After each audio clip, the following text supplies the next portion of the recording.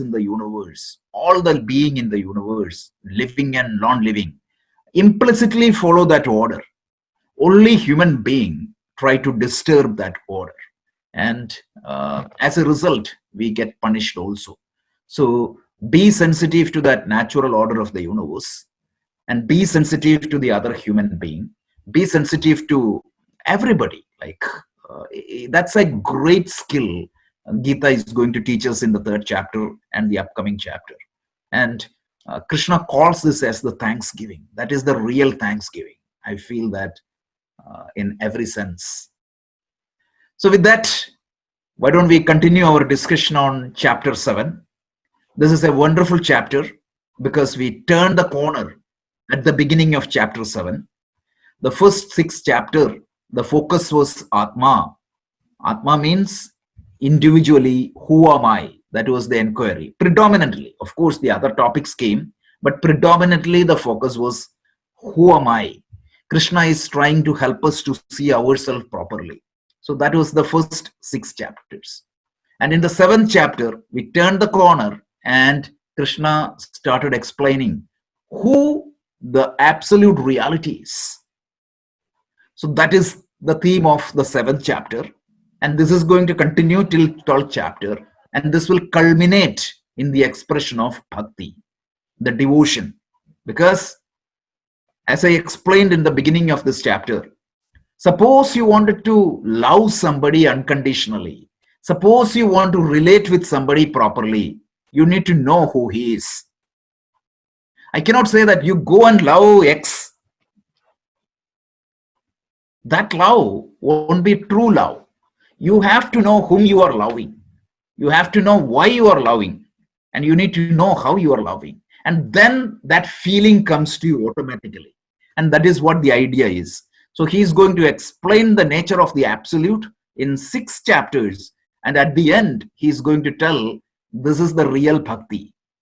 So that real bhakti, you all will be surprised. That contradicts a lot of our conventional bhakti. It doesn't mean that the conventional bhakti is bad. I'm not saying that. What I'm saying is that what is the higher form of bhakti that is described in the 12th chapter. So in this chapter, Krishna started the teaching by saying that God or absolute has 2 different nature. One is called the para prakriti, higher nature, and the apara prakriti, which is the lower nature. And para prakriti is the absolute reality, and the apara prakriti means it is the derived nature from the para prakriti. And apara prakriti constitutes the entire universe of names and forms, because the apara prakriti constitutes of the matter. So all the physical matter and all the subtle matter, combination of which is the entire names and forms of the universe. So that includes all the living beings and the non-living being. Living being in the sense their physical body and their subtle body, which includes your mind, intellect, all the ability to perceive, ability to active, the pancha prana, all those things comes under the combination or under the domain of this apara prakriti. And when the apara prakriti forms in the form of a living being with a physical and a subtle body, the para prakriti or the absolute can get reflected in that. And that is how you see sentiency in living being. And jiva bhuta mahabaho yayetam tharyate jagat. We heard that verse. Krishna tells, I hold the entire universe like a thread that holds the beads in a chain. So that we saw. And then Krishna said, so I have 2 forms. One is the transcend form, and second one is the immanent form. If you remember, this is what I was trying to explain a lot with the example of a dream. It's a standard teaching methodology in Vedanta, which is called Swapna Drishtanta. So this methodology we used, and we tried to understand what is the immanent nature and what is the transcendent nature. So this transcendent nature of the God is beyond our perception, beyond our inference, beyond our reach. But you can always know him through the immanent. That is easy. So Krishna from verse 7 to 12 gave us a few manifestations in the universe where you can see the imminent nature of that higher reality. So he said, don't think that you don't know me. You're seeing me in almost everywhere in the universe. So when you taste the water, you feel that wetness. That is me. And when you see the sun and the moon, you are experiencing the light everywhere. The pratibha and the pratibimba, right?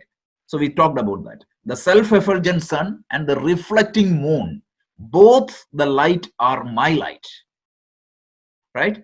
And then all the God, whenever you refer, whenever you listen to a prayer, it doesn't matter whether it is a tribal dance or the most complicated Vedic ritual. All that is Ishvara. And do you know what symbolizes this arati? Whenever you go to a temple, you see an arati, right? You all attend the arati. What is the significance of this arati? Anybody? Not really. Okay. So traditionally what happens in South Indian temples especially, because I'm quoting the Tantra Samuchaya scripture written by Parashurama. So what they say is your sanctum sanctorium. In a traditional temple, when the arati is going on or before the arati, there is no light, no electric light. Only these diyas or the small oil lamps are there. And ideally, when you look in front of the sanctum sanctorium, you won't see the deity properly, right? So that time, what happens?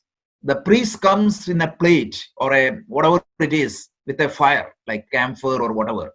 And what he is showing, he is revealing that God to you, to the devotee.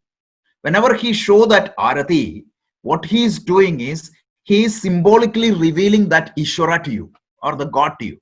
So a skillful priest, what he does is, he just show the eye of the God, the hand of the God, the leg of the God, all that part in a systematic way. You can see that. Trained priest, skillful priest who knows what they are doing. I'm not talking about all people, but this is the principle. And then after that, the arati is given back to you and you took and put that in your eyes. Saying that through this knowledge, that light symbolically represents the knowledge, the scriptures. Through that scriptures, let me see you like this light revealed to you. Let the teaching reveal your nature to me. Beautiful concept, right? This is the real principle of arati. Like that, every ritual we have has a principle, because as I already explained to you, the Laukika karmas and Vaidika karmas are there. And the Vaidika karmas, which is the Vedic rituals, are nothing but a symbolic representation of our Vaidika, so Laukika karma. So exactly like that, every ritual you can relate to some aspect of the day-to-day life. Without that, if you mechanically do the ritual, that's a different matter. But this is one symbolism. So I am the God referred by all the scriptures. And I'm the good sound, the sound that pleasing to your ears, it is me.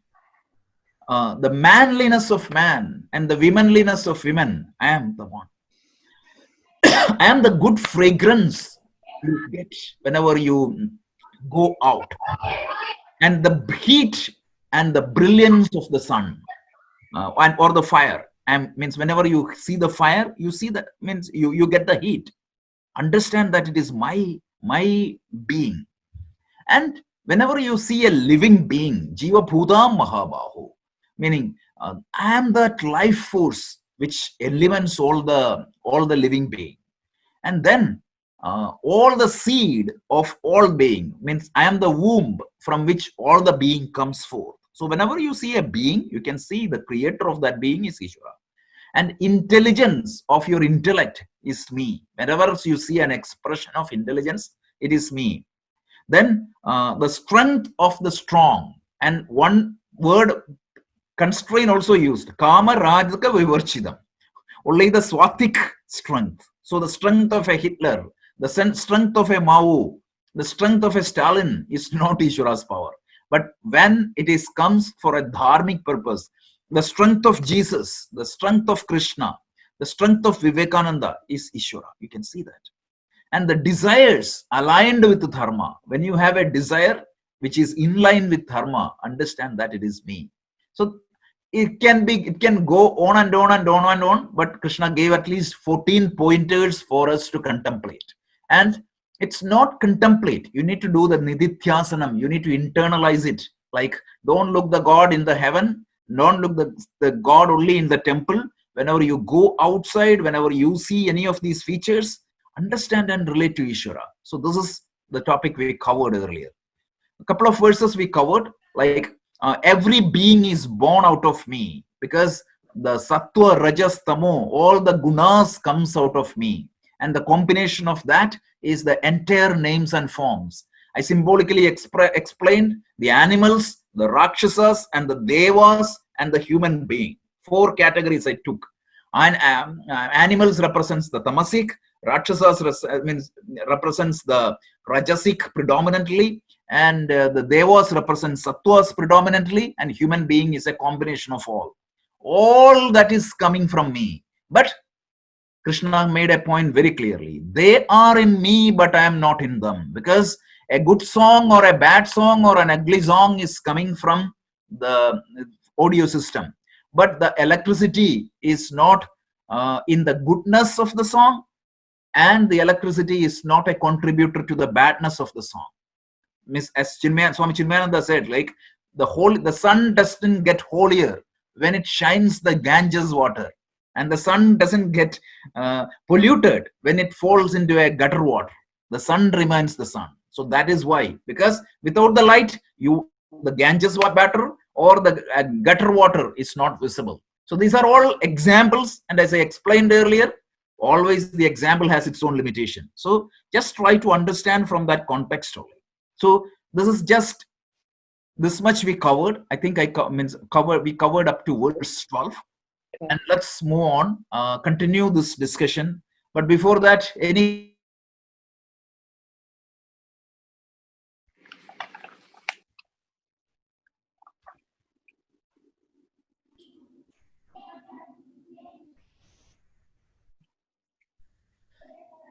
okay, so let's go to the 13th verse. Now the question is simple. You said the immanent nature of the God is always around me, but none of us perceive him. Why? So that is what being answered in the next verse.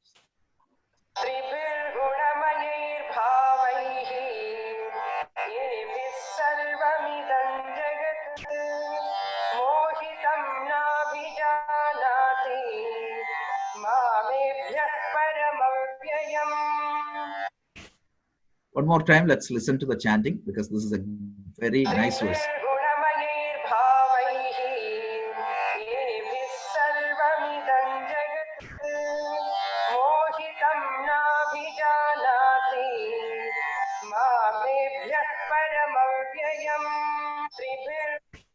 Okay, so Tripur Guna Mair Bhavai. So the 3 gunas, because of these 3 gunas, what happens? Epi Sarvamidam Jagat. The entire world, Mohidam Thapi Jadani. The entire world is deluded, meaning here entire world means the entire human beings. That is what it is. Shankaracharya clarifies that in his commentary. So we will see that the entire humanity, because plant, animals and human, even they have life, they cannot think beyond a certain level. Some of these cannot think, and some of them cannot even think properly. So there is no wonder if they don't recognize God. But human being with all these intelligence and all these capacities, why human beings are not recognizing this God? Even everything in the universe is God. Krishna answers why. These 3 gunas, whatever we talked, sattva, rajas and tamas, because of their influence, the entire world or the entire humanity, the entire world is symbolically represented for the entire humanity, is deluded. They see the world, but they fail to see who exactly it is the word. So they're deluded and they do not recognizing me beyond the imperishable, because beyond all these names and forms, beyond whenever they see the sunlight, they see that as a sunlight, but they are not recognizing that that sunlight is in fact nothing but supreme. When they taste the water, they feel the wetness, but they don't realize nothing beyond the wetness. So that is what Krishna is saying. Like, because of these three gunas, the influence of these three gunas, sattva, rajas, and tamas, what happened? The entire humanity is deluded. So na abhijanati, they don't recognize me properly. Mamepya param avyayam. Avyayam. I am, avyayam means what? Perishable. Avyayam means not perishable, imperishable. So they don't recognize, they don't see that infinite reality which gives existence and consciousness to every being. So let's talk about that. So people are deluded by the modifications of this guna. So these gunas, what happens? It is called a sattva, rajas, and tamas. These gunas influences all the human being. So here in this verse, only human beings are mentioned. No other beings are mentioned. There is a lack of discrimination between what is eternal and what is non-eternal.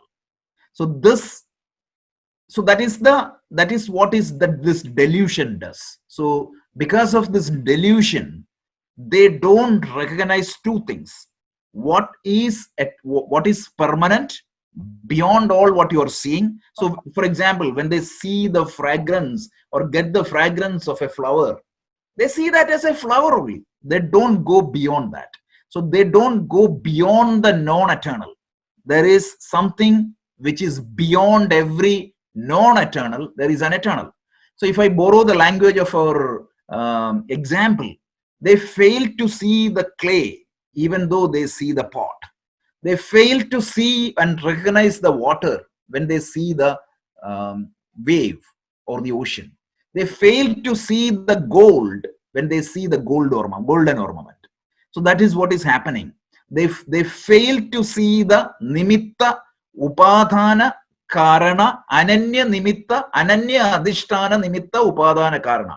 If you remember, that is how we define the para prakriti, right? If you remember, that which is not dependent upon anything, that which is the nimitta karana, the intelligent cause, and that which is the upadana karana, which is the material cause. They see the creation, but they fail to see the creator. In fact, the creation is nothing but the creator.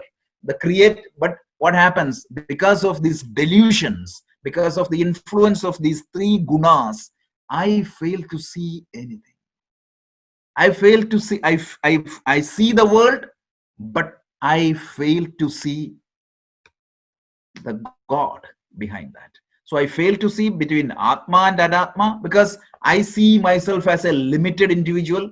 I think myself as a human body, but I fail to see, in fact, I'm not the body, I'm the Atman. Because remember, we had this discussion, means the body is a gadget given to me.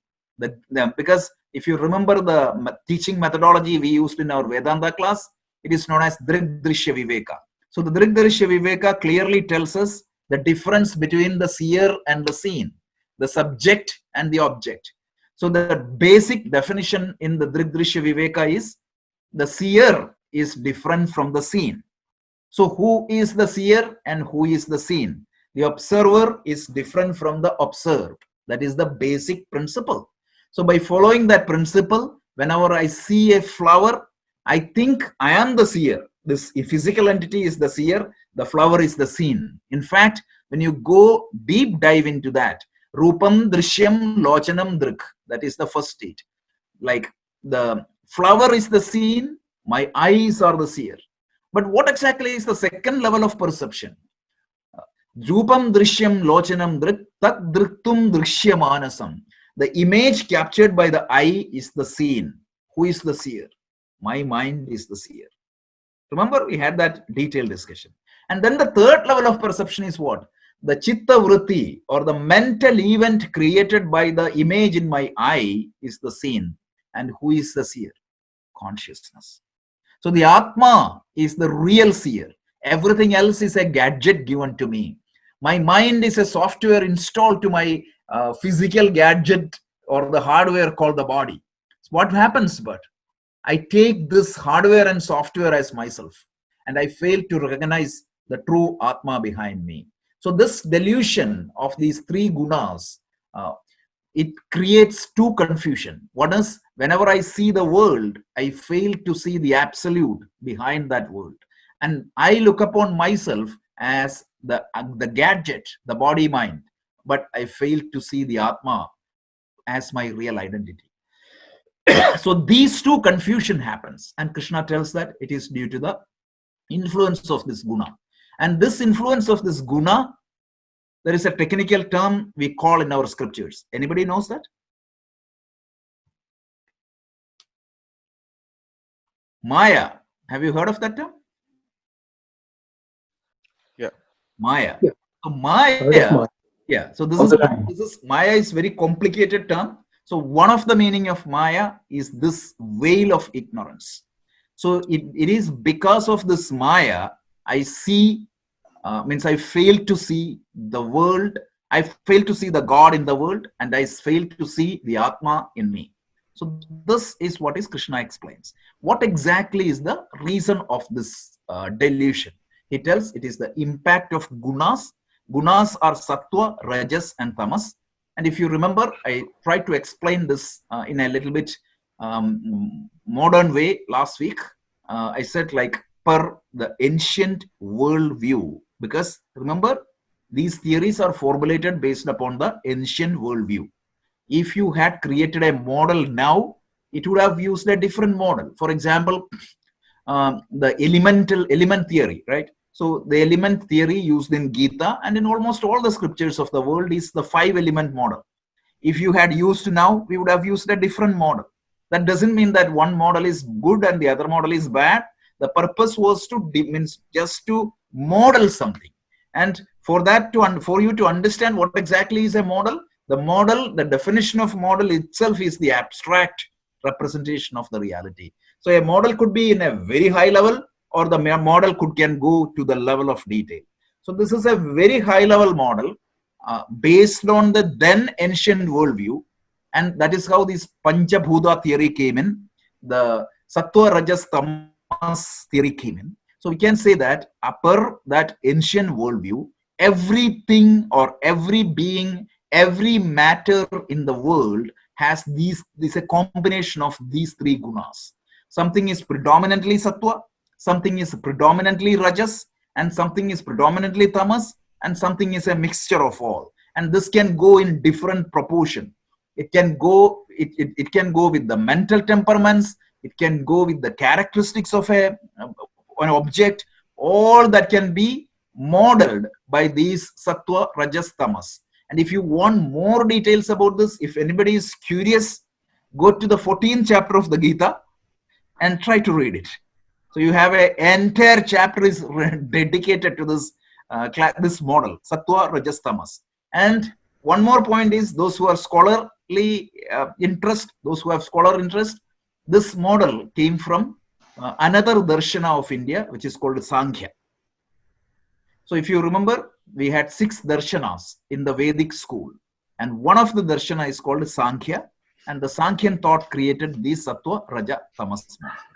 So essentially, it can be represented as the one way of looking at it is, it can be different way. One way of looking at it is like the amount of dirt you have, or the impurities you have in your mind. Sattva means it is pure, natural. Rajas means it is hyperactive, and tamas means it is dirt and it is inactive. That is one definition. So depending upon the gunas, influence of the gunas, like how much turbulent is your mind, how much stable is your mind, you may perceive different things, right? When you are extremely agitated, your perception towards a person would be totally different. Your perception when you are in calm mode. Don't you agree? Yeah, absolutely.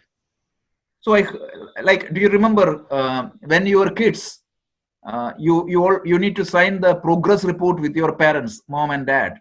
When do you take that progress report to them? When they are agitated mode, do you take that to them? Absolutely not. Right? The way they see the same fact under different mode is always different. So the entire behavioral therapy, it's a huge branch of psychology, the modern psychology, is based on this concept. Your feeling is determined based on your mood of the mind or what you think. So what they do in behavioral therapy, they consciously make you think positive. Over a period of time, what do? You feel good.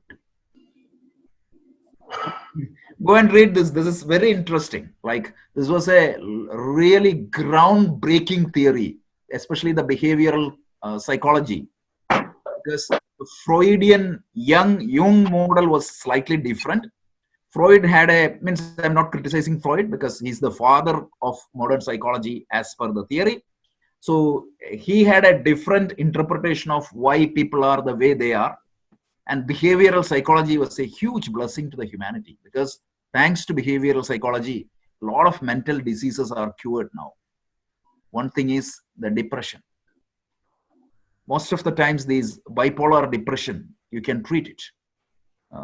So there are the treatment of this depression is twofold. One is a medication, and the other is followed by this therapy, because both have two different objectives, but the entire behavioral therapy is based on this idea. Those who are interested, go and read. It is really, really, really interesting. So what I'm saying is that the mood of your mind, determined by the gunas of your mind, is going to give you different moods and perception of the mind. And under their influence, under the sattva, rajas, tamas, what happens? I see everything, but I fail to see God. I see everything, but I fail to see myself. And I'm operating in a world without understanding this reality. So this is what the explanation of this Krishna. So under the influence of these gunas, people fail to see the changeless reality in the external world and eternal Atma in all beings. And people also fail to understand their own reality. People do not recognize the absolute reality, the one who is free from all these gunas. Deluded by these modifications, what happens? The people don't recognize the absolute as one who doesn't undergo all these changes. They see the flower, right? So the flower goes away, but they don't recognize that there is something which is not changing, is supporting all the change. Even if you borrow the basic principles of relative theory, right? A change is perceived with respect to a relatively changeless. Correct? Suppose you are driving in, say, turnpike at 65 miles per hour, and another guy is driving on the turnpike in 65 miles per hour, and he is drinking coffee. You can see him drinking coffee. But imagine why you can see him stationary and drinking coffee, because both of you are moving at the same pace. But if for you to see him changing, because for you his position is relatively same as that of yourself. For you to see him changing, you need to be standing outside. Then only you can see that his absolute change. Second scenario, imagine that you're going at 35 miles per hour. This guy is going at 60 miles per hour.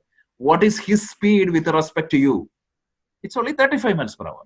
So that is the relative velocity concept. So this is what Krishna is also telling. Like, for any change to happen, there has to be a changeless substratum. And everyone, even though every human being, totally ignorant, totally deluded, to the presence of this Ishvara or the God, even though it is completely evident in all being. And we search for God everywhere, but we cannot see him. So this is what that verse explains. Any questions? Yeah, Rajesh. Yeah. Yeah, typically from what I heard, people are saying get rid of your tamasic and rajasic guna and be sattvic. But now is Krishna saying go beyond sattvic and Correct. see? Correct. He's saying that go beyond swatik. Rohitji, there is a verse in Bhagavad Gita which clearly tells us. It tells the second chapter. I believe that it is 39 or 38. You may means anybody who has the book, you can refer now. 38 or 39. The verse is Traigunya Vishaya Veda Nistraigunyo Bhavarjuna Nirdwanto Nitya Sattvasto Mariyoga Chema Atmavan. There are 3 gunas prescribed by the Veda. You go beyond that. It doesn't mean that you will not have the gunas, but you have to see beyond all these gunas. You should not be influenced by any of these gunas. Of course, these gunas will be there, but you have to go beyond it. And there is a detailed discussion what exactly it means and how you can do that. Later point of time, there is a discussion. But I believe that this is second chapter, verse 38 or 39. I think 38. Nobody has Gita book? Not here. Yeah. Okay, no problem. No problem. But this Which is chapter? Which second chapter? chapter. If anybody has book, can we just check 38? Second chapter. Traigunya Vishaya Veda Nistraigunyo Bhavarjuna Nirdwanto Nitya Sattvastu. There Sattva means it is the Sat, not Sattva. Go beyond these 3 gunas. That is they ask. Niriyoga Chema Atmavan. Get established in the Atma, your true identity. That's fine. We can. This Which is verse are we looking for? 38 or 37 of second chapter. 38. Actually, Rajesh, it is 40, 45. No. Oh yeah. 38 is Sukrida. Correct. Sukha Dukhe dukhe samaya. samay krutva labha labho jaya jayo. Right. It is 45. You're right. Yeah. It's 45. You're right. My bad. So 45, you will see that. Okay. Thanks. Rajesh ji, Yeah. I'm reading the other version also. So the Shankara is talking about 6-fold changes. What? So is it different from the 3-fold changes which you are talking? No, let me explain. So Shankaracharya is talking about the 6-fold change of the matter. Correct. So From the birth to death. Birth to death. Asti, jayate, varthate, viparinamate, apakshiyate, pranashyati. So people only see that much. So they don't see that there is a permanent thing behind this 6-fold change. That's what. Okay. And I'm not talking about the 3-fold change. I'm only talking about the influence of these 3 gunas. And because of the influence of these 3 gunas in my mind, I see somebody born, I see somebody growing, I see somebody decaying, I see somebody is dying, but I'm not seeing that there is a permanent component in that. So that's what it is. Okay. Okay. So one clarification, since you brought up Shankara, Shankara is clarifying one point in this commentary. The key clarification of Shankara in this commentary is Krishna uses a word the entire universe. By the entire universe, he means the entire human being. Oh, human right? being. So because the human being failed to see the permanence and they see only the impermanent because of the influence of these 3 gunas. That's what he was telling. That is a beautiful clarification by Shankara. And I don't know how many of you read Shankara. If this is your first iteration of Bhagavad Gita study, and once you are confident, means tell me, I can also help you. If you want to study Gita to the fullest extent, you have to study with the Shankara's commentary. I'm trying to bring up the essentials here, but you have to read the commentary, understand the word by word meaning. That's a totally different experience. So, But Shankara's commentary again is in Sanskrit, right? yeah, it is in Sanskrit. You have to So, which version of English translation would you recommend? Honestly, none.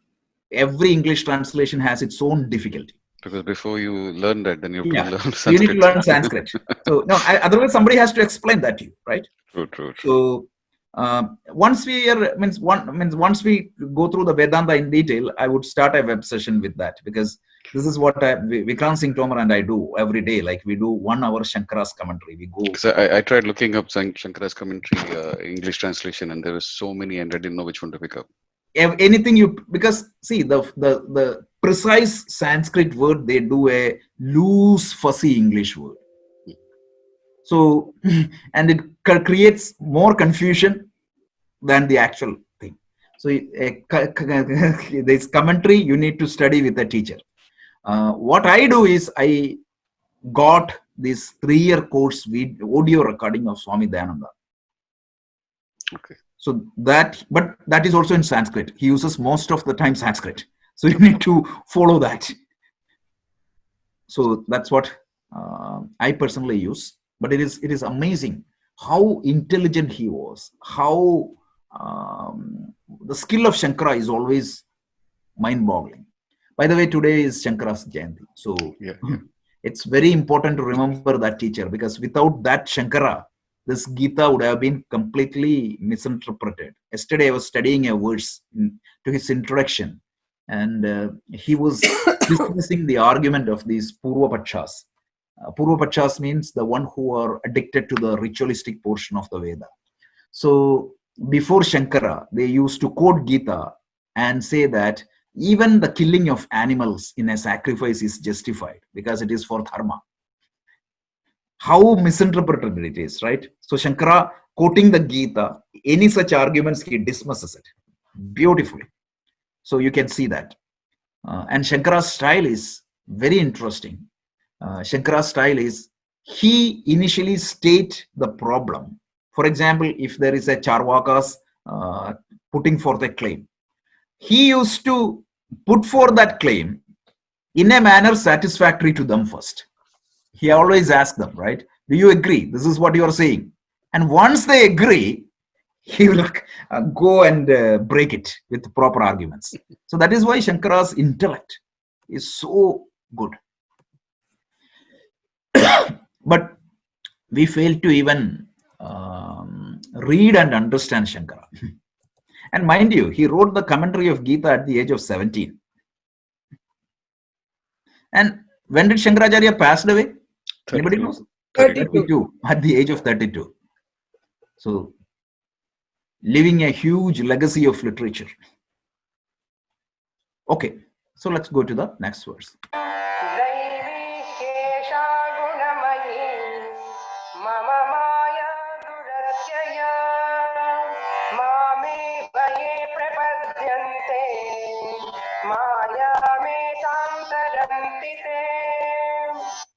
So in the previous verse we said, I am not seeing the permanent in the world, and I fail to see myself properly. And it is the influence of these 3 gunas. So what is the means to cross over that? How do I see beyond these gunas and see me? For example, let's borrow let's see the literal meaning, and we will go and do some analysis. So Devi Hesham Gunamai, this divine gunas, from where these gunas came from, Krishna explains. Mama Maya Duratyaya. This came from my Maya only. And it is not easy for an ordinary being to see beyond this Maya because of this Maya. Because you see the world, but you fail to see the permanent things in the world. You feel about yourself, but you don't recognize your true identity. And this is because of this Maya. And Krishna admit that my Maya is not easy to understand and cross over. Then Mameva ye prapatyande. So the only way for you to get out of this Maya is Mameva ye prapatyande Maya metam tarantite. The only way you can transcend this Maya, only way you can cross this Maya is only way. Mameva ye prapatyante. Take refuge in me or hold on to me. That is what it is. Get connected with me in the higher way. So that way you can cross this over. And he just introduced it, and he's going to explain you how you can get connected with him, right? That is not yet explained. He's just saying that by connecting to me in the higher form, you will be able to cross this Maya. But let me give you a beautiful example. A beautiful example, but the example has its own limitation. All the example has its own fault. So don't take it very literally, just to understand the concept. So imagine we use this Swapna Drishtanta, the analogy of a dream. What was that? I am sitting in my bed, and I was just picking Gina as the example last week. So Gina is doing a yoga class. So but she is sleeping, but in her dream, she is conducting a yoga class. And in that yoga class, there is studio, there is mat, there is people, there is all the properties, there is light, all those things are there. And Gina herself is a character. Correct? So who exactly created that world? Gina. Gina. But the Gina in the dream, if it is not a lucid dream, I don't recognize it. Right? Today morning, somebody was telling me at work that he had a dream that somebody spitted at him. Somebody was coughing and spitted at him. And he got up scared. Then only realized it was a dream.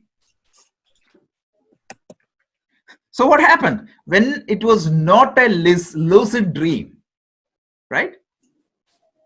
My identity was different. Of course, I identified with myself, but in that identity, I was suffering for something which was happening in a different reality. So like that, right? So this entire world is created by Ishvara. So the person who spitted at this particular person, who created that person? The same person. The same Ishvara who created, right? In that case, who is the Ishvara? Ishvara. So that Ishvara created this guy as well as the person who spitted that guy, right? That is exactly what is Maya. One explanation of Maya. So that happened in the dream, but he was suffering in the dream. Until he woke up, he was suffering. Correct? And if it was a lucid dream, if he had known that, yeah, this is only a dream, that is exactly what a lucid dream is, then even though that fellow spits, he won't get scared.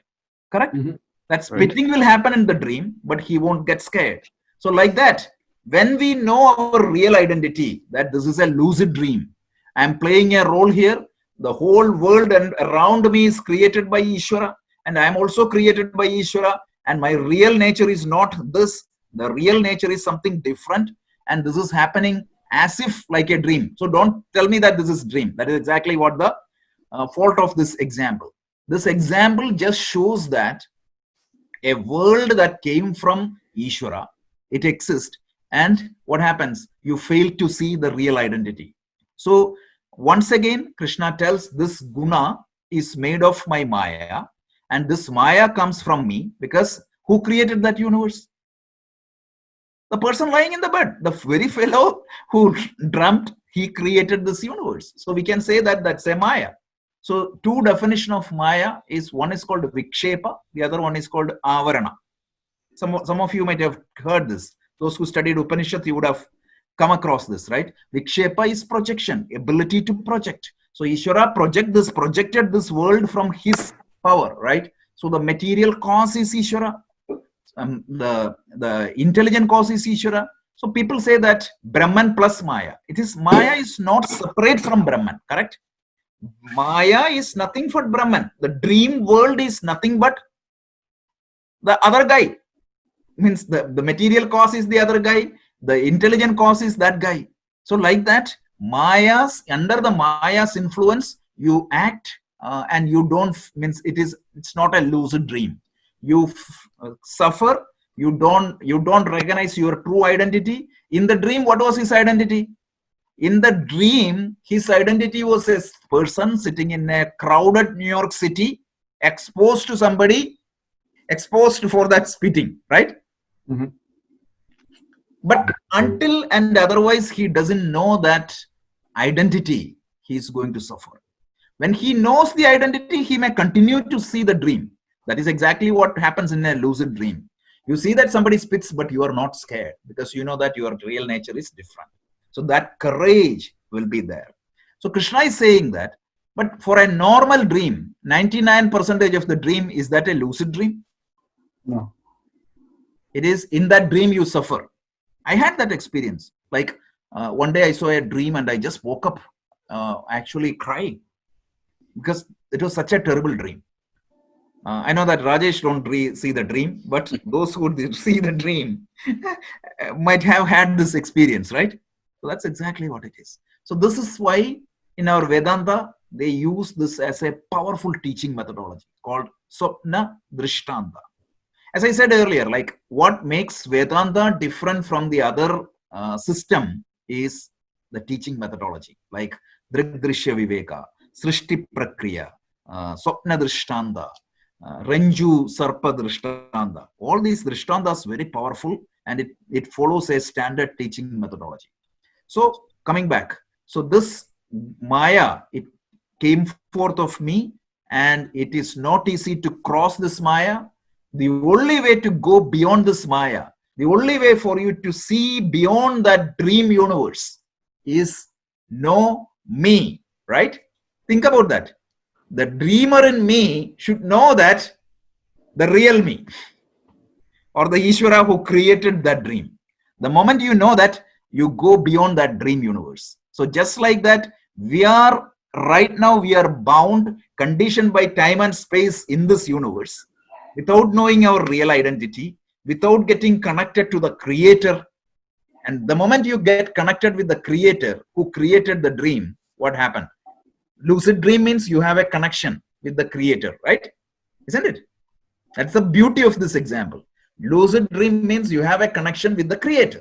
And the moment you identify the creator, then the Maya stops hurting you, stops fooling you. So this Maya is symbolically represented in our Puranas as Mohini. Have you heard of the story of Mohini? Yeah, yeah. So Mohini came to these Asuras. What happened? The Asuras dropped the Amrita and run after Mohini. Yeah. Amrita represents what? Immortality. Oh, Yeah, yeah. Amrita represents the immortality. They forgot the Amrita and they went after the Mohini. So that is exactly what the Maya does to us. So that's why it's known as Maya Mohini. So this Mohini appears multiple times in the Purana. One to Bhasmasura and one to these Asuras. So this story is beautiful. So couple of points, like, so Krishna frames an interesting problem, right? Our mind with the senses is attracted to sense objects because of the play of these three gunas or mayas. And Ishvara or the God is beyond these gunas. So we need somehow to pierce through this guna to contact Ishvara. We need somehow to pierce through this dream universe to get the real identity. Only by knowing that real identity, I can get out of the fears and worries and anxieties that is happening in the dream universe. So I am in this universe. I need to pierce through this constraint put forth by this universe, and I need to connect with my true identity. When I get connected with the true identity, what happens? My fear will disappear. So what is the means for that? So what exactly is preventing us from contacting Ishvara? Because deluded by the modification of the mind, we are not able to recognize our identity with Ishvara and fail to see Ishvara in the world. So this is due to the Maya. So Krishna tells, Esha Gunamayi Mama Maya Duratyaya. Indeed, this Maya of mine is difficult to cross. So mental modification born out of the Maya make it difficult to understand Ishvara. And what are the power of this Maya? It is Devi Ishvara. This is supported by Ishvara. Because remember, the dream universe is supported by me, who is lying on the bed. And Maya, what happens? The dream universe veils my real identity. So that is the veils the Brahman or the absolute reality from me. And he Asia, like what is the proof of this Maya? The simple proof of this Maya is, even though I live in a world, theoretically I know that there should be some permanent subtractum behind the universe. It is not visible to me at this point of time. And then what happens? Gunamai, this Sattva, Rajas, Tamas. Maya is of the form, these three forms. And then Mama Maya, Krishna said, right? So the Maya is under my control. The dream universe is under the control of the sleeper. So all these things are some characteristics of Maya. One is the Maya is supported by Brahman. Without Brahman, there is no existence to Maya. Second thing is the Maya, what happens to Maya? What is the influence of Maya? The Maya typically veils the presence of Brahman. The third one is the Maya, the proof of Maya is because they veil the presence of Brahman, it makes difficult for an ordinary person to see the Ishvara. And then the Maya consists of these three gunas, gunamai. It's mai means it is the modification of these three gunas. So these three gunas, sattva, rajas and tamas, and then it is mama Maya. So Krishna tells that the Maya comes from me only. So this is the power of Maya. And the solution is, even though it is difficult, you can cross the Maya. So ye mam, those who seek me will get out of Maya. So those who surrender to me, surrender means those who connect or prioritize me as the higher goal, the supreme being, will certainly cross the Maya. So prapadyante means it come from a root called pad, means to attain. So you need to attain your higher nature. So in the case of that dreamer, lucid dream, the lucid dreamer recognize his identity with the person who is lying on the bed. So that will put a suffering of all the issues created by the dream world. Just like that, when you cross that constraint of the universe and get connected with the higher, all our problems will vanish. And now Krishna is going to tell a little bit later, how can you connect with me properly? But couple of words of caution. So in this particular, this verse is misinterpreted by a lot of people. So this verse is misinterpreted by a group of Vaishnavites, first of all. I was about to ask you that about Prabhati, because Prabhati. And also in the Kali Yuga, they are saying that Nama Sankirtanam and total surrender to Bhagavan in the form of. So right, where is that fitting into this? Nama Sankirtanam is not going to help you to cross directly, but the Nama Sankirtanam, there is a Kali Sandarno Upanishad. It is one of the Upanishads accepted in the fold of this 108 Upanishads. So since you asked the question. So this Upanishad tells in the Kali Yuga, meaning in the current age, the easy way is to chant Hare Rama, Rama Rama, Hare Hare, Hare Krishna, Krishna Krishna, Hare Hare. The mechanism is, when you sincerely chant this name of the Lord, what is going to happen? You forget to... The Chitta Shuddhi and the Chitta Sthiti will come. Okay. And when you have the Chitta Shuddhi and the Chitta Sthiti is come, automatically this means you will be exposed to this knowledge. So if you are ignorant, no amount of prayer can solve that ignorance. The prayer will make you calm so that you can pursue this knowledge. So even these fanatics, what they say is, I don't know whether you experienced it, like this Hare Rama, they change the order because they say that Krishna is superior than Rama. So they start with Hare Krishna, Hare Rama. Yes, that's right. So it is, I'm not trying to denounce the Prapatis or anybody for that matter, but Krishna, here whenever he used the term me, he is not talking about Krishna, the blue boy of Vrindavan. He is talking about the Brahman. So his identity is Brahman. So that identity is the identity of Shiva. And that identity is the identity of Devi. So it's a complete misinterpretation of the Gita. And Shankaracharya, in his commentary, he spends a few verses on this topic. So don't be fanatic. The God can be called in any names. Why not Father in heaven? It is totally fine. Allah, it's all fine. So I was reading a couple of verses from Quran because it is the month of Ramadan. The first surah I was reading, I was amazed, actually brilliant. So the first verse is called, I salute to this Allah who is all merciful. And then they go beyond and understand that in detail, right? So they say that what exactly is the mercy you are talking? The mercy, because they say that every being is endowed with some mercy, some kindness. Like I'm kind to, okay, a few people. But my kindness and my mercy is limited by space. Like, for example, now I'm in America, I will be more charitable. But if I was in a different place, that is limited. And also the time and also the circumstances. But he who can be completely merciful in all places and all time, and that is what is called as Allah. Allah means it's one who is to be worshipped. So that's only a name. It's like Bhagavan. So every scripture talks exactly the same thing. People may misinterpret and try to, just like this verse can be misinterpreted as only Krishna is the God. The only way to cross over Maya is Krishna. If you chant Rama, it's gone. If you chant Shiva, oh my God, you'll get into hell. That is not the case. So Shankaracharya spent some time. Let's not be fanatic. Let's accept every tradition. I may call the God as Krishna, but that is totally fine. It is up to me. But somebody may call Allah, somebody may call Father in heaven, and somebody may call Devi. It doesn't matter. So this is how you can cross the Maya. And if you think that the Vaikuntha is a place and you need to reach Vaikuntha, understand that Vaikuntha is also Maya. Because it's a place. And if you think that God is in Kailash, Kailash is also Maya. So Rajaji, thank you so much for this clarification. It's a point that I keep coming back to all the time. The fanatics you were talking about, they even have a terminology for this called Nam Aparadha.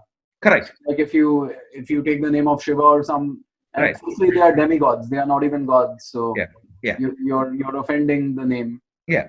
Rajaji, you were saying Prapadti. What is that term? Bhunaji might be better to explain than me. So Bhunaji, you can give it's a Vaishnava. It's a Vaishnava Sampradaya. Vaishnavas, they always believe in Prabhati. So Prabhati means total surrender to Almighty. In that they involve a lot of rituals, and that's what I was asking Rajaji, do they go beyond that? Because to me, they hurt themselves. That Prabhati surrender to itself is only in the Bhakti Margam, right? Correct. I feel like they're in that level. Correct. So there is something beyond that Bhakti level. Absolutely. So will they ever reach that? Of course, that the sincere devotees may reach there. But for that, you have to drop all these fanaticism, because without that, they will be, because you see judge people, and that means their mind is not pure yet. But of course, when they do the bhakti, it will happen to them. And one more thing about these prapatis, again, I'm not criticizing them. I'm just making only an observation. I'm nobody to say that they are wrong and I'm right. They even hurt themselves in the process. Their bhakti is so, they fast sometimes, or they hurt their body. The body is a temple. You'll see in the 13th chapter, and you're hurting the temple. So now that you brought this 13th chapter, I know we'll go elaborate later, but the people, you said they're hurting, right? So there are people who who go to Murugan temple, they put the veil in the tongue, and they hurt themselves. Samakshanam is done by doing the Shanga Chakra stamping on their shoulders, and they walk on the fire. So what is all that? Is that necessary? Lower forms of bhakti. You will see this in Bhakti Sutra.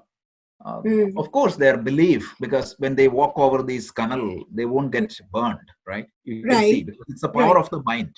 It helps them to focus a little bit, but if you want to know God, you have to go beyond all these things. Okay. Because even in this chapter, Krishna tells 4 type of people approaches me. Some people, I am the end goal. For some people, end goal is different. I am only a means for their end goal, right? For some people, their money and their happy life is the end goal. So they are incapable. They're in right? Artho Jnyasu Artharthi Jnani, right? So this is what he tells. Like, so one is that the major difference is that for some people, I am the end goal. For some people, something else is the end goal, but they want me to support in their journey to their end goal. And I help everybody, Krishna tells, right? So we'll see this in a little bit detail. So a little bit of analysis of bhakti is coming. And then the beautiful 12th chapter is coming, which is real elaboration of bhakti. Correct. It just breaks a lot of conventional rules on bhakti. And what I don't understand is, it is crystal clear in Bhagavad Gita, but even people read and misinterpret Gita. That's it. Even I wonder how they do it. Yeah. Rajaji, I had a question. Yeah. So in the third point where Sri Krishna is saying that those who surrender to me, the Supreme Being, will certainly cross Maya, right? So he's saying that even though crossing Maya is so difficult, it's still under his control. And the process to transcend Maya, go beyond Maya, is to surrender to him. Yeah, one word, 1 second, Pranav-ji, just a clarification. The word Krishna used, the surrender is the word we use, right? The word Krishna used is prapattande. Prapattande means to attain. Prapatyande, right? Prapatyande, yeah, prapatyande. Prapatyande means, it comes from the root pad, it means to attain. So it is like the dreamer me, right? The dream, I am in that dream, the dream character of me in my dream, getting connected or attaining or crossing that dream world and getting identified with the sleeper. The moment I understand that this is a lucid dream, what happens? The influence of the spell of Maya goes away. So please continue, but I just wanted to clarify. Surrender there means it is getting connected to that higher being. That's it. It's not like some people say that doing the namaskaram. Namaskaram is only a symbol. Surrender means I'm moving beyond this world and I'm getting connected to that higher nature. So I'm making this as the priority. This is a priority for me to know my higher nature. So the Jnyasu Bhakta, which we are going to talk a little bit later, that is the beginning. And it will culminate with the Jnani Bhakta. So these are the two levels of bhakti we are going to see in this chapter later. But please continue. I just wanted to clarify that term because surrender is prapatyande. Right. And I think in your clarification, you gave me a lot of answers to what I was asking. And what I was asking was the process of attaining this connection with Ishvara. Isn't that exclusively a process of Maya as claimed by, ISKCON and, even the Vaishnavites and so many margas? They say it's exclusively bhakti and none of the other Gyan or that's their belief, right? So I mean, they believe in that and they believe that the bhakti can cross them. Bhakti, definitely it is going to help them because, as I said, the bhakti is a yoga, nothing more than that. The bhakti as a yoga, what it does is, it calms their mind. That is number one. The chitta sthiti it will give. And also the true bhaktas, right? The true bhaktas, what they do is, they actually their chitta shuddhi is also happening. So when you have that transformation happening, I'm sure they will be exposed to this knowledge because Krishna tells at that point of time, I will come and help them. So again, I mean, there is no logical explanation because here in our process, the study of Vedanta, it's very systematically explained. That's what the difference between a faith and a teaching. So here, Krishna is teaching you. He is not asking you to believe me. He is saying that listen to me and understand me. That's the difference. So Vedanta, that's why it's amazing. And we have to thank all these teachers like Shankaracharya who put forth these wonderful teaching methodology. Because without that teaching methodology, so for example, if you take the advices of Ramana Maharshi, he is a realized master, no doubt, but his teachings are scattered here, there, everywhere, right? All his talks, they compiled. But some masters has to take these teachings and compile this into a logical order.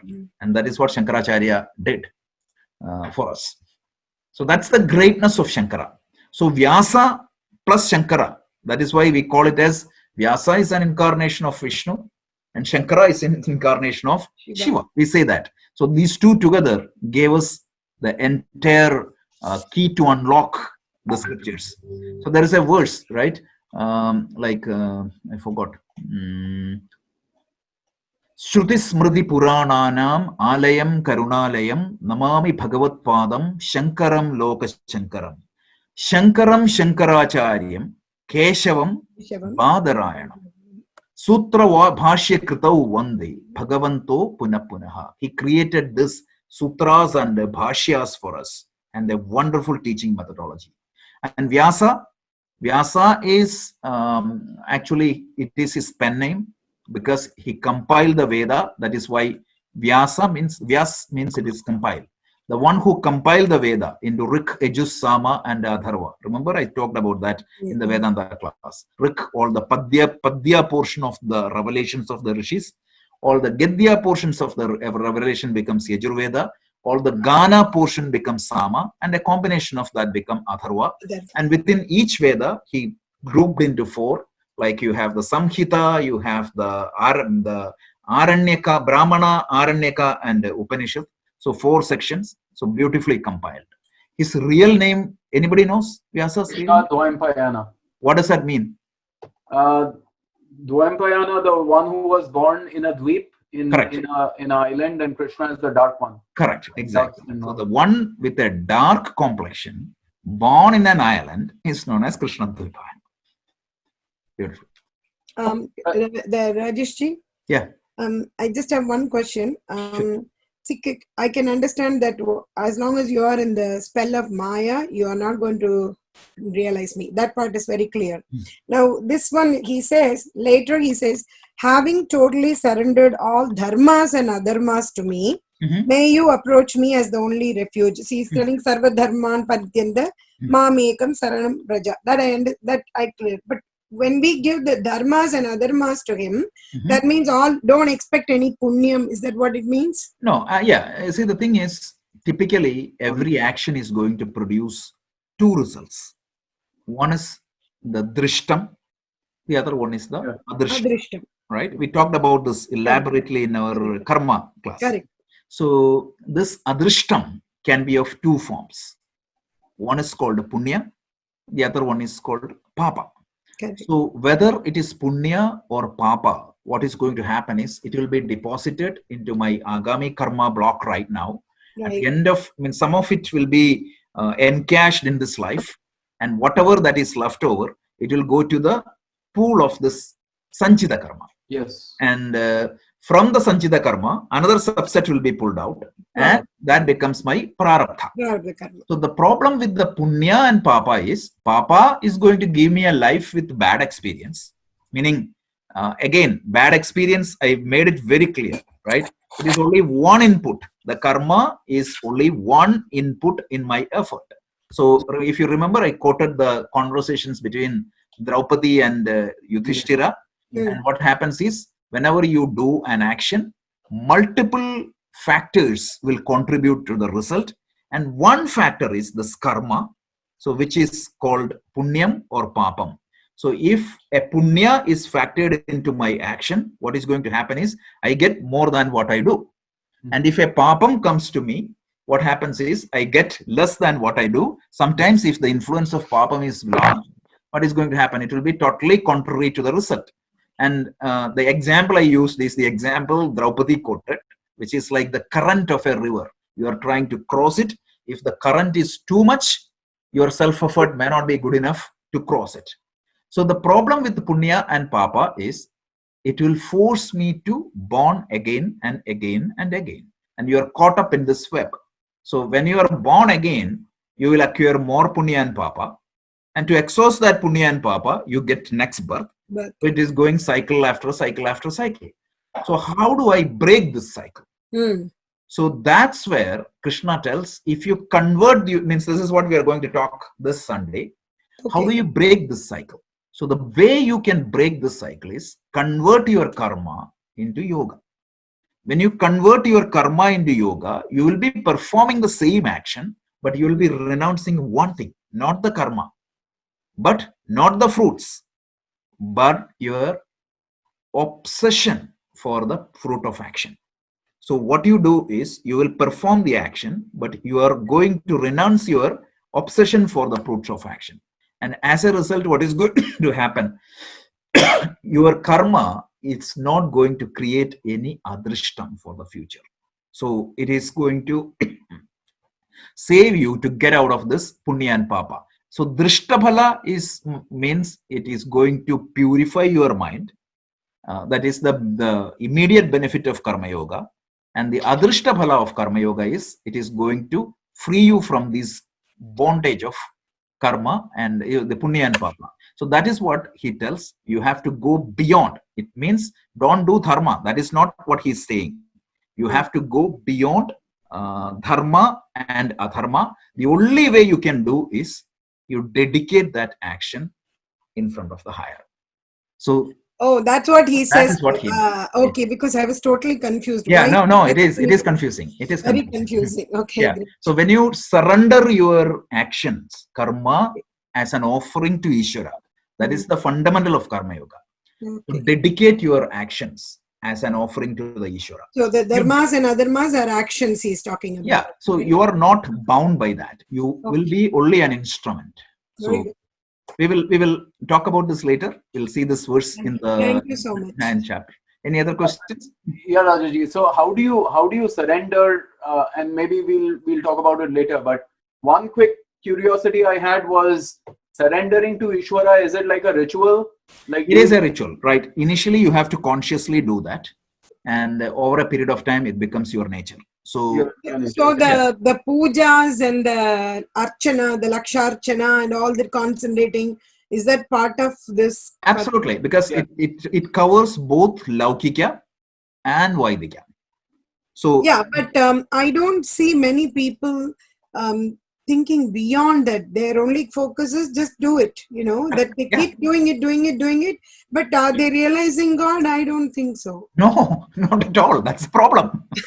See, that's why otherwise they would have already realized, right? That much effort in the proper direction. So what are they missing, Rajaji? It's the bhavana, right? Karma yoga means it's an internal cognitive change. You have to make it.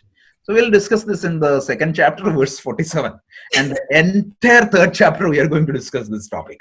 Not only 3rd, Krishna is not satisfied with this. He is going to continue this in the 4th chapter, repeating that, and then he is going to say that whenever you eat, even that converts into as a karma yoga, right? Brahmarpanam Brahma Havihi Brahmapno Brahmana Hudam. That is, everybody chant this before eating, but mechanically chant, right? Yeah. I know a lot of people chant this. And some people chant the 15th chapter, because 15th chapter this comes again. So they chant the entire 15th chapter before eating mechanically. So there's no it's you have to study Gita. You have to understand Gita. Otherwise, how can it help you? Okay, yeah. And honestly, personally, my challenge was, if you read all these Gita books, it's more confuse you. So that's where you need. But it's getting cleared. It's better. Yeah. I mean, I like it because I'm only reading Swamiji's version. Yep. The home study version. Swamiji's version is really good, actually, yeah, but that is not recommended for the beginners. Yeah, if I have any doubt, I'll ask from that only. Yeah. So that book is really good, but that cannot be recommended for a person who is starting, because they get completely lost. With Swamiji, Chinmayan. Swami Dayananda Swamiji's is very introductory book. It don't go beyond the introduction. This is very elaborate. Remember, Swami Chinmayananda used to converse with general public, and Swami Dayananda's teaching was for the 3 years. More focus for students. Yes, right. Correct. So yeah, no, he means Swami Dayananda himself told me, right? It's only after listening to Swami Chinmayananda people come for the detailed study. So without Swamiji, I won't be sitting here. This is the word. Correct. So that's a very good thing. And another Swamiji you can refer is Swami Paramarthananda. He's a good teacher. He's a very, very well traditional teacher. Paramarthananda. Yep. So, Rajaji, one quick question. In order to realize God and get connectivity to God, does that imply that you have to completely eliminate Rajas and Tamas? No, not completely, right? So it's a threshold. So see, it's like reduce that to a level. At that point of time, this becomes visible to you. So when it becomes visible to you, what happens? You will see that quickly the other things will go away. And nobody can eliminate Rajas and Tamas. It's impossible. Yeah, exactly. Yeah, that's what it's impossible. That you will see in Krishna himself is saying. Everybody will have a little bit of Rajas and everybody will have a little bit of Tamas. It's impossible. That's exactly what I was saying. Even the Swamijis, they also have some kind of a Rajas, right? I need to create an ashram, I need to bring people into this, and I need to make sure that the ashram is administered well. So there is some kind of a Rajas there even for Swamijis, right? Yeah, of course. Even the good Swamijis have some. For example, Swami Chinmayananda, he used to say, I'm more driven by Rajas, because you could see that energy in him. Because the amount of travel he used to undertake. Vivekananda, he was full of Rajasic energy. So there's nothing wrong in that. Yeah, Rajas is not always bad. Yeah, it's not bad. So nothing is bad actually. It means little bit of Tamoguna also will be there. So otherwise, maybe. Yeah, everybody will have these things because the proportion is different. And what happens is when you say go beyond Sattva, Rajas, Tamas, means these gunas will be there in me, but I can think and act beyond guna. For example, what I feel to do versus what I need to do. For example, tomorrow I have an exam. What I feel is go and watch a movie. A cricket match is going on. I want to watch that. Always, yeah. The gunas will prompt me to watch what? Cricket match. But do I have the will to break that and go with understanding, not by suppression? So that is the skill you are seeking. You go beyond these three gunas. These gunas are in me, but they are not going to influence me. This is only an input. But Rajaji, sometimes understanding is not enough. It becomes a habit. Correct. But that is why you are doing the practice of karma yoga, right? So the karma yoga is going to reduce the effect of these habits, the negative habits in you automatically. So the habits can be unlearned. Read the modern psychology. This is one of the biggest findings of modern psychology. So they say, means they found that any habits, it can be unlearned. And you can learn to be optimistic. By design, you might be pessimistic, but you can train yourself to be optimistic. Rajaji, which good book do you recommend on unlearning habits? Learned Optimism, which I told you already. Seligman, Martin Seligman. Go and in YouTube and listen to his TED Talk first. Martin Seligman. Okay. Yeah, Martin Seligman's Happiness, Authentic Happiness. That's a book also. That's also a good book. Authentic Happiness and Learned Optimism. There is a book called Flow. All these books are fantastic book. And you would see that these books are talking exactly the same thing we are talking here. All of those books are available in our books library. Yeah, Rajesh ji is the one who collects all the books for us. Okay. Thank you. Yeah, no problem. Okay, great. Any other question?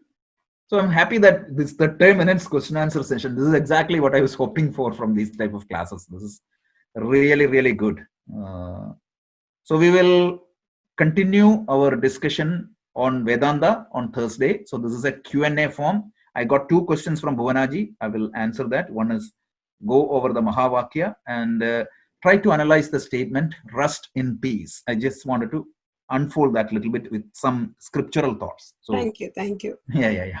So this is a little off topic. I don't know if you all heard this. You must have heard in the news that the Columbia head doctor, she committed suicide after treating all the COVID patients, after being with her and all that. So I'm just trying to see what could have helped her.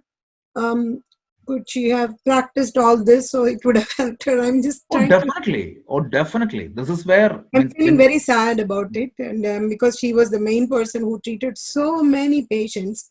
Finally, she could not take it after all that, and she committed suicide. Yeah. So I'm just trying to see what would have happened to her. So if we are not in that situation, right? We are sitting at home and I'm able to concentrate whatever you are telling. But if I am caught up in that kind of a situation, what would be my mental state? Right. That's why this Nidithyasanam and Mananam is very important, because most of the people attending the Vedanta class, they do only the Shravana. So the other two has to happen, and also the practice. You have to practice this karma yoga and upasana yoga every day. So when we start Atma Bodha, I'm going to enforce that a little bit, because 5 minutes of meditation and karma means this karma yoga. In that karma yoga, we will enforce this Pancha Mahayajna. Means if you can create a journal, how you are doing the Pancha Mahayajna on a daily basis. You will see unbelievable change. I'll tell you my own example. I was by design, I'm a pessimist. I was a pessimist. If you really think about, look back to myself, and I'll tell those stories later, how this can change you from a pessimist to optimist. Because right now, the first thought comes to me is positive, most of the times. Of course, there are situations where I feel negative, but I credit this teaching for that change. And if you read that book, Learned Optimism, then only I understood the science behind that. So how this changes it. So the scientific aspect is put forth by Seligman through his research, but that's exactly what happened when you study this properly.